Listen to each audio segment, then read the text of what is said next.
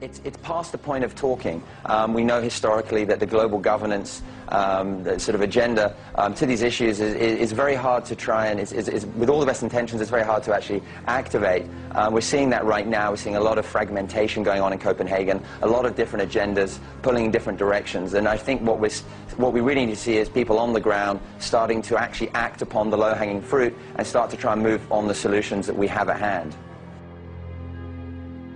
Dazu sagen, der Orden der Illuminaten, es ist im Grunde genommen eine Verschwörung innerhalb der Verschwörung. Man hat sich immer wieder auch versucht, Spuren zu verwischen, indem man sich den Freimaurern angeschlossen hat, um so praktisch auch Verwirrung zu stiften und um auch wiederum teilweise die Freimaurer zu unterlaufen. Im gleichen Jahr, 1782, wurde das Hauptquartier des Freimaurerordens der Illuminaten nach Frankfurt am Main verlegt, ein Zentrum, das von der jüdischen Familie Rothschild kontrolliert wurde. Neue Gelder flossen plötzlich in die Loge in Frankfurt und von dort aus wurde ein gut fundierter Plan einer Weltrevolution ausgearbeitet. Frankfurt ist bis heute eine Bankenmetropole und es war damals mit einer der ersten Städte, wo die Familie Rothschild eigentlich in ganz Europa angefangen hat, ein Bankensystem aufzubauen. Und wir sehen heute noch, gibt es in Frankfurt auch Straßenzüge und so weiter, die teilweise auf diese Namen noch hinweisen. Ein ganz interessantes Gebäude in Frankfurt am Main ist der Messeturm. Wo ich das erste Mal abends da vorbeigefahren bin, dachte ich, ich sehe nicht richtig.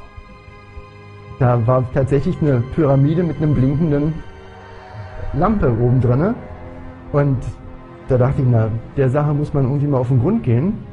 Weil, also ich glaube nicht, dass jemand zufällig eine Pyramide auf sein Dach baut.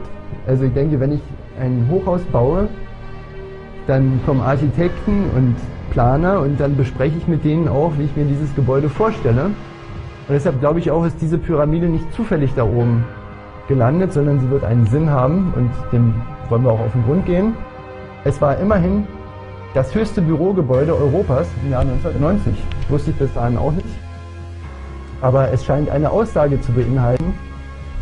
Und interessant ist, vor dem Gebäude, also wir sehen nicht nur die Parallele zu der Pyramide der Freimaurer, aber wir kriegen noch einen anderen Hinweis. Vor diesem Gebäude haben wir eine Statue mit einem Hammer und einem Meißel in der Hand. Und das ist wiederum auch ein typisches Symbol im Freimaurertum, nämlich der Freimaurer, der den Stein bearbeitet.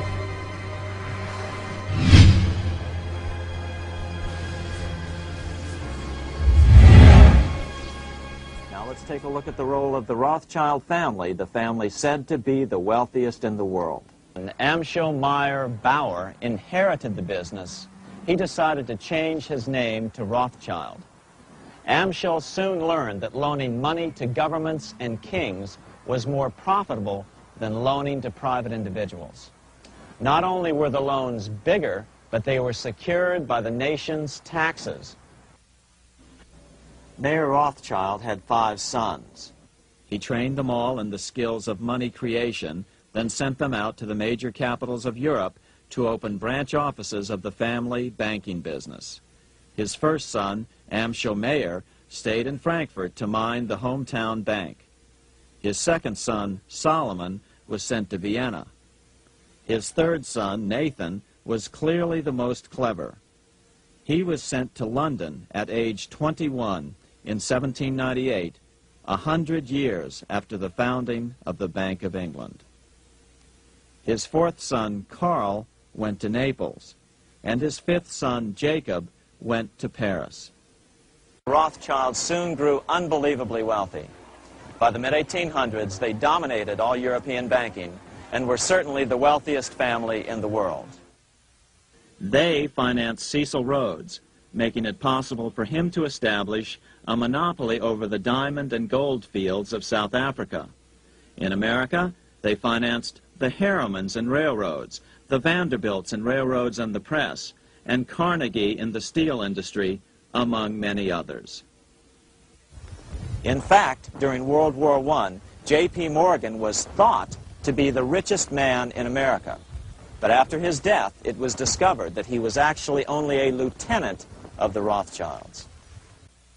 By 1850, James Rothschild, the heir of the French branch of the family, was said to be worth 600 million French francs, 150 million more than all the other bankers in France put together.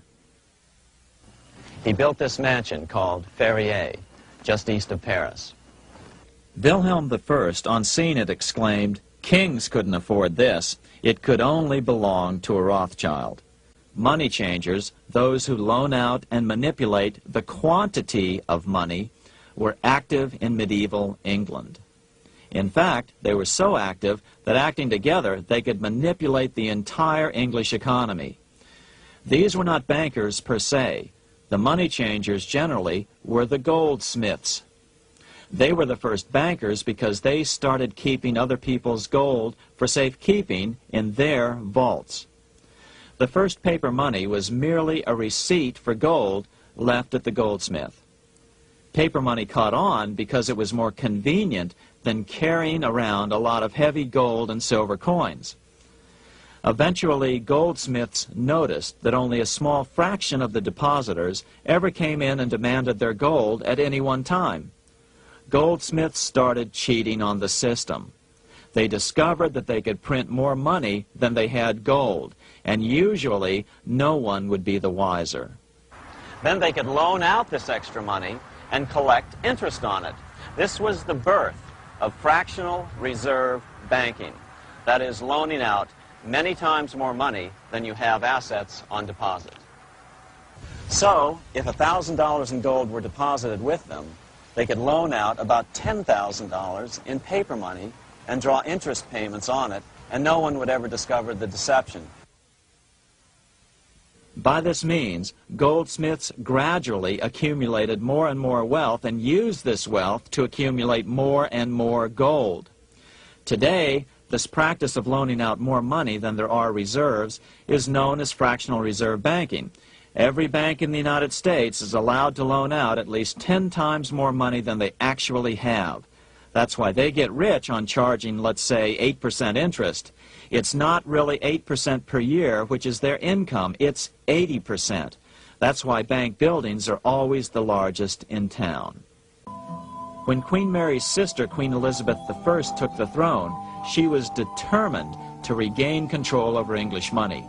Her solution was to issue gold and silver coins from the public treasury and take the control over the money supply away from the money changers.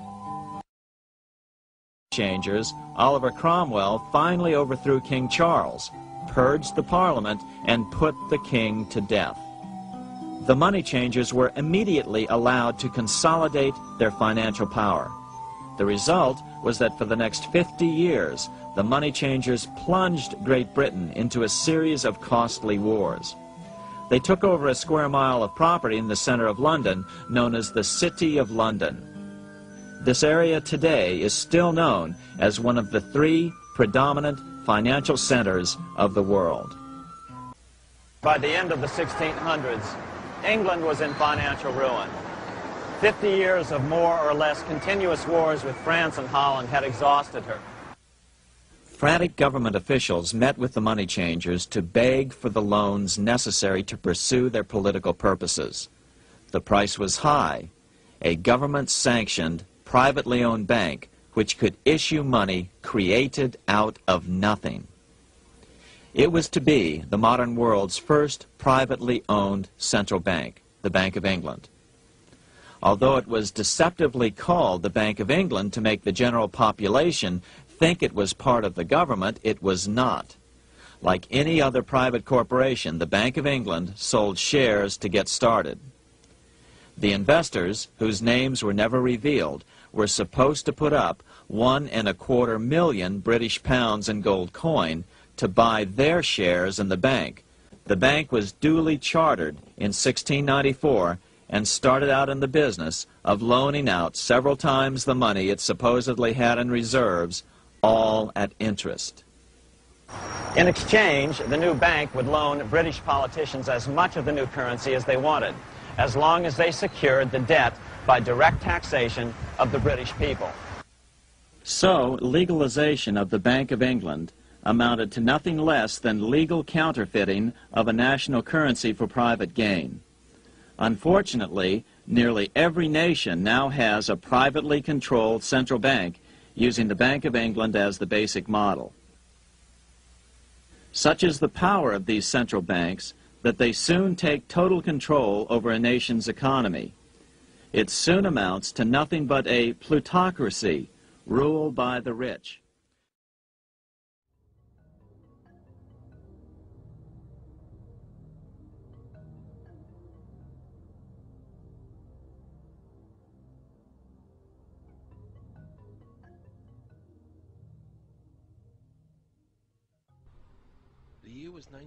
Das Jahr war 1913 und Woodrow Wilson war Präsident. Mächtige Banker erreichten nach Jahren gescheiterter Versuche ihr lang ersehntes Ziel. Ein stiller Staatsstreich, durch den sie die Kontrolle über die US-Regierung übernahmen.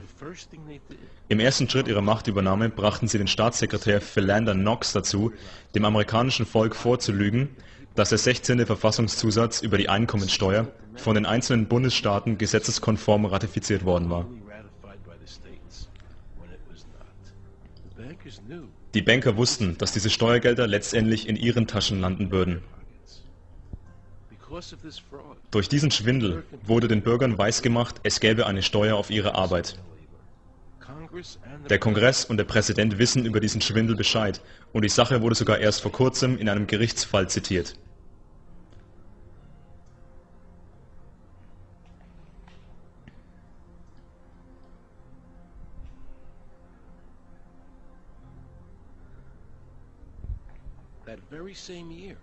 Im selben Jahr begingen die Banker ihren zweiten Schwindel, der mit Abstand diabolischste, dem das amerikanische Volk jemals zum Opfer fiel. Sie bestachen Senatoren, damit jene das Gesetz über die US-Notenbank Federal Reserve ohne den notwendigen Verfassungszusatz verabschiedeten. Als Zeitpunkt wählte man die Weihnachtsfeiertage, während denen viele Senatoren zu Hause mit ihren Familien feierten. Auf diese Art und Weise wurde das verfassungswidrige Gesetz über die Federal Reserve verabschiedet. Die Banker waren sehr clever und sie wussten, dass derjenige, der die Währung Amerikas herausgibt, die Regierung kontrollieren würde. Die Banker hatten gewonnen und die Bürger hatten verloren, weil die meisten Politiker ihre Seele für Dollars verkaufen. Seit diesem Zeitpunkt konnte die Federal Reserve legal Dollars drucken. Meyer Rothschilds sagte, wenn man mir die Kontrolle über das Geld einer Nation gibt, dann ist es mir egal, wer die Gesetze macht. Er wusste, dass er und weitere Banker die Gesetze des Landes kontrollieren würden. Die Regierung trat eines ihrer wichtigsten Befugnisse ab an die Banker und musste von jenem Zeitpunkt an von den Bankern Geld leihen und ihnen dafür Zinsen zahlen. Die Bürger waren gezwungen, ihren Lebensstandard zu senken und eine Einkommenssteuer an die Regierung zu bezahlen, nur damit die Regierung den Bankern mehr Profite bescheren konnte. Präsident Woodrow Wilson, der das Federal Reserve Gesetz unterzeichnet hatte, sagte später voller Bedauern: Ich bin ein sehr unglücklicher Mann. Ich habe unbeabsichtigt mein Land ruiniert. Eine große Industrienation wird nun kontrolliert durch das Kreditsystem. Wir sind keine Regierung der freien Meinung, keine Regierung der Überzeugung und der Wahlmehrheiten mehr, sondern eine Regierung, die bestimmt wird von der Meinung und Kontrolle einer kleinen Gruppe mächtiger Männer. The central bank scam is really a hidden tax. The nation sells bonds to the central bank to pay for things it does not have the political will to raise taxes to pay for. But the bonds are purchased with money the central bank creates out of nothing. More money in circulation makes your money worth less. The government gets as much money as it needs, and the people pay for it in inflation.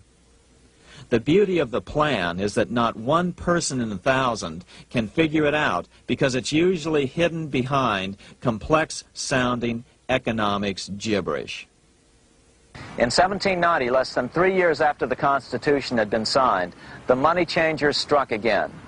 The newly appointed first Secretary of the Treasury, Alexander Hamilton, proposed a bill to the Congress calling for a new, privately owned central bank. Coincidentally, that was the very year that Amschel Rothschild made his pronouncement from his flagship bank in Frankfurt. Let me issue and control a nation's money, and I care not who writes the laws. After a year of intense debate, in 1791, Congress passed the bill and gave it a 20-year charter. The new bank was to be called the First Bank of the United States, or BUS. The bank was given a monopoly on printing U.S. currency, even though 80% of its stock would be held by private investors. The other 20% would be purchased by the U.S. government. Like the Bank of England, the name of the Bank of the United States was deliberately chosen to hide the fact that it was privately controlled. And like the Bank of England, the names of the investors in the bank were never revealed. Many years later, it was a common saying that the Rothschilds were the power behind the old Bank of the United States.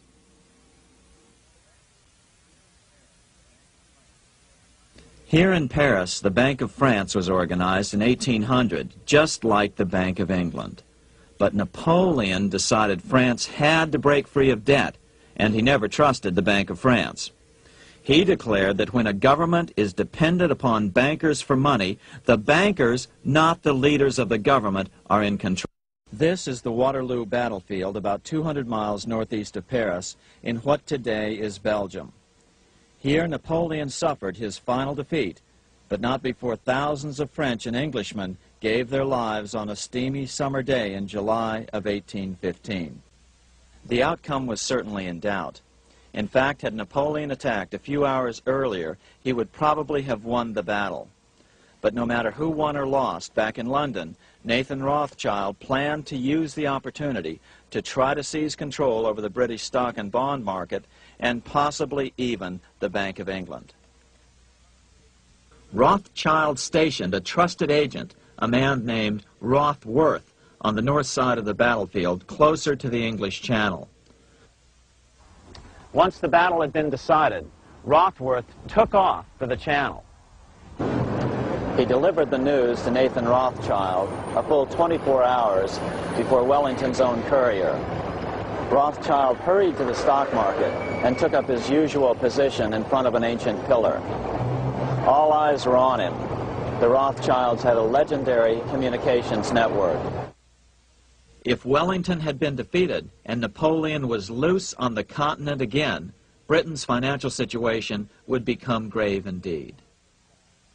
Rothschild looked saddened. He stood there motionless, eyes downcast. Then suddenly he began selling. Other nervous investors saw that Rothschild was selling. It could only mean one thing. Napoleon must have won, Wellington must have lost. The market plummeted. Soon everyone was selling their consols, their British government bonds, and prices dropped sharply. But then Rothschild started secretly buying up the consols through his agents for only a fraction of their worth hours before. Myths, legends, you say? 100 years later, the New York Times ran a story which said that Nathan's grandson had attempted to secure a court order to suppress a book with this stock market story in it. The Rothschild family claimed the story was untrue and libelous, but the court denied the Rothschilds' request and ordered the family to pay all court costs. What's even more interesting about this story is that some authors claim that the day after the Battle of Waterloo, in a matter of hours, Nathan Rothschild came to dominate not only the bond market, but the Bank of England as well. Whether or not the Rothschild family seized control of the Bank of England, the first privately owned central bank in a major European nation and the wealthiest, one thing is certain. By the mid-1800s, the Rothschilds were the richest family in the world, bar none. They dominated the new government bond markets and branched into other banks and industrial concerns. In fact, the rest of the 19th century was known as the Age of the Rothschilds. Despite this overwhelming wealth, the family has generally cultivated an aura of invisibility. Although the family controls scores of industrial, commercial, mining, and tourist corporations. Only a handful bear the Rothschild name. By the end of the 19th century, one expert estimated that the Rothschild family controlled half the wealth of the world. Whatever the extent of their vast wealth, it is reasonable to assume that their percentage of the world's wealth has increased since then. But since the turn of the century, the Rothschilds have cultivated the notion that their power has somehow waned even as their wealth increases. Just 1 year after Waterloo and Rothschild's alleged takeover of the Bank of England, the American Congress passed a bill permitting yet another privately owned central bank. This bank was called the Second Bank of the United States. Just as before, the primary stockholders remained a secret. But it is known that the largest block of shares, about 1/3 of the total, were sold to foreigners. As one observer put it, it is certainly no exaggeration to say that the Second Bank of the United States was rooted as deeply in Britain as it was in America. So, by 1816, some authors claim the Rothschilds had taken control over the Bank of England and backed a new, privately owned central bank in America as well. During the early 1900s, men like J.P. Morgan led the charge. One final panic would be necessary to focus the nation's attention on the supposed need for a central bank. The rationale was that only a central bank can prevent bank failures. Morgan was clearly the most powerful banker in America and a suspected agent for the Rothschilds. Morgan had helped finance John D. Rockefeller's Standard Oil empire. He had also helped finance the monopolies of Edward Harriman in railroads, of Andrew Carnegie in steel, and of others in numerous industries. But on top of that, J.P. Morgan's father, Junius Morgan, had been America's financial agent to the British. After his father's death, J.P. Morgan took on a British partner, Edward Grenfell, a longtime director of the Bank of England. By 1907, the year after Teddy Roosevelt's re-election, Morgan decided it was time to try for a central bank again. Using their combined financial muscle, Morgan and his friends were secretly able to crash the stock market. Thousands of small banks were vastly overextended. Some had reserves of less than 1% thanks to the fractional reserve principle. Within days, bank runs were commonplace across the nation. Now Morgan stepped into the public arena and offered to prop up the faltering American economy by supporting failing banks with money he manufactured out of nothing. It was an outrageous proposal, far worse than even fractional reserve banking, but Congress let him do it. His plan worked. Soon, the public regained confidence in money in general and quit hoarding their currency. But as a result, banking power was further consolidated into the hands of a few large banks. By 1908, the panic was over, and Morgan was hailed as a hero by the president of Princeton University, a man by the name of Woodrow Wilson. The money changers had been able to create a series of booms and busts. The purpose was not only to fleece the American public of their property, but to later claim that the banking system was basically so unstable that it had to be consolidated into a central bank once again.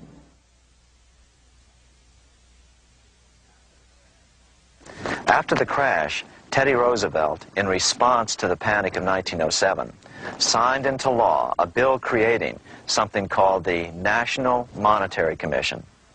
Of course, the commission was packed with Morgan's friends and cronies. The chairman was a man named Senator Nelson Aldrich from Rhode Island. Aldrich represented the Newport, Rhode Island homes of America's richest banking families. His daughter married John D. Rockefeller, Jr., and together they had 5 sons: John, Nelson, who would become vice president in 1974, Lawrence, Winthrop, and David, the head of the Council on Foreign Relations and former chairman of Chase Manhattan Bank.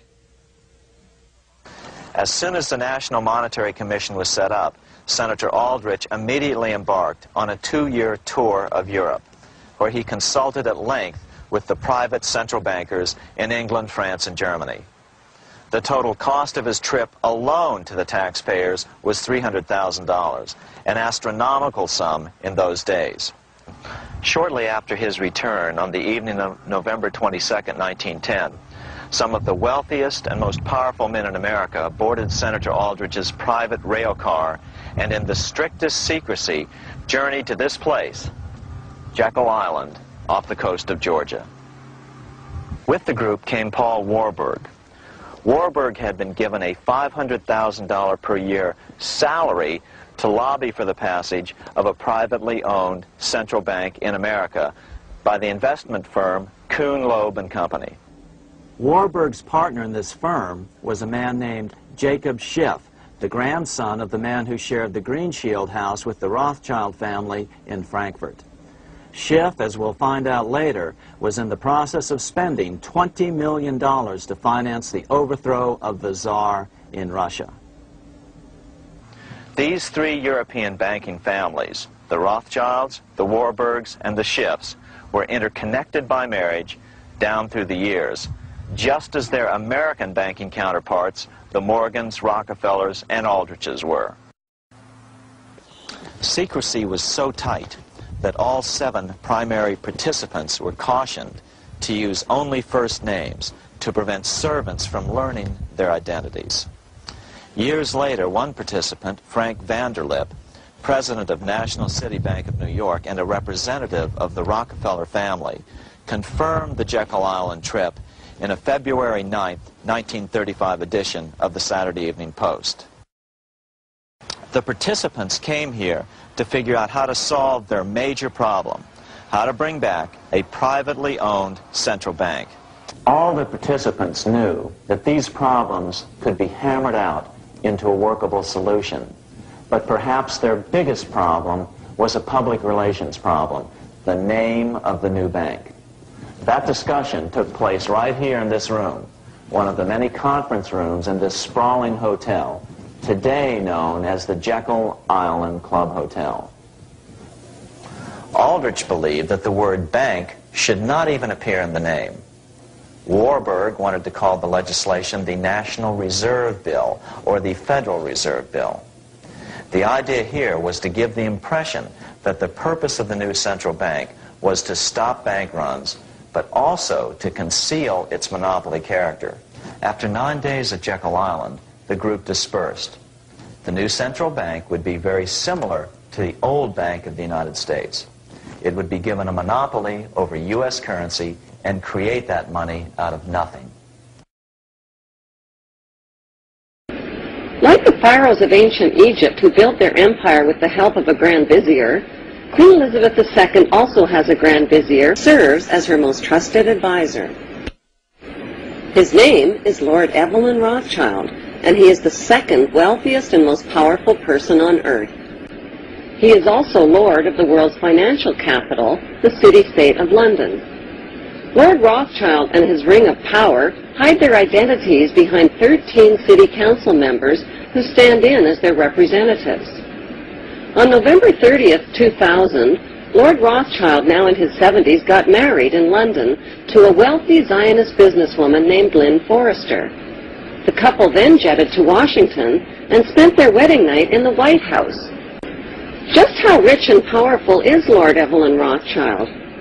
Historically, the Rothschild family wealth was hidden in underground vaults. The Rothschild secret financial records were never audited and never accounted for. Their family commissioned biographies give the illusion that their family fortune has dwindled, but researchers estimate their wealth at close to $500 trillion, more than half the wealth of the entire world.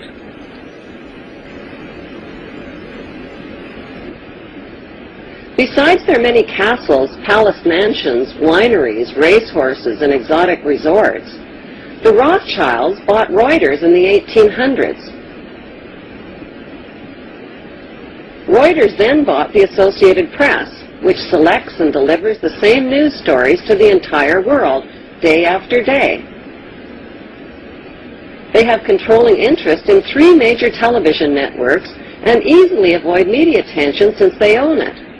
Until recently, they owned and operated England's Royal Mint and continued to be the gold agent for the Bank of England, which they also direct. They control the LBMA, London Bullion Market Association, where 30 to 42 million ounces of gold worth over $11 billion are traded daily. The Rothschilds earn millions weekly just on transaction fees alone. They also fix the world price of gold on a daily basis and profit from its ups and downs. Over the centuries, the Rothschilds have amassed trillions of dollars worth of gold bullion in their subterranean vaults and have cornered the world's gold supply. They own controlling interest in the world's largest oil company, Royal Dutch Shell. They operate phony charities and offshore banking services where the wealth of the black nobility and the Vatican is hidden in secret accounts at Rothschild Swiss banks, trusts, and holding companies. How did Evelyn Rothschild become the filthy rich Grand Vizier to Queen Elizabeth II and godfather of the black nobility? By birth, Evelyn Rothschild is the great-great-great-grandson of Mayer Rothschild and is passing the godfathership down to David de Rothschild. Although Evelyn Rothschild looks like a harmless gray-haired old man, make no mistake about it, Rothschild and his ancestors have handpicked presidents, crashed stock markets, bankrupted nations, orchestrated wars, and sponsored the mass murder and impoverishment of millions. The wealth hoarded by this one family alone could feed, clothe, and shelter every human being on earth.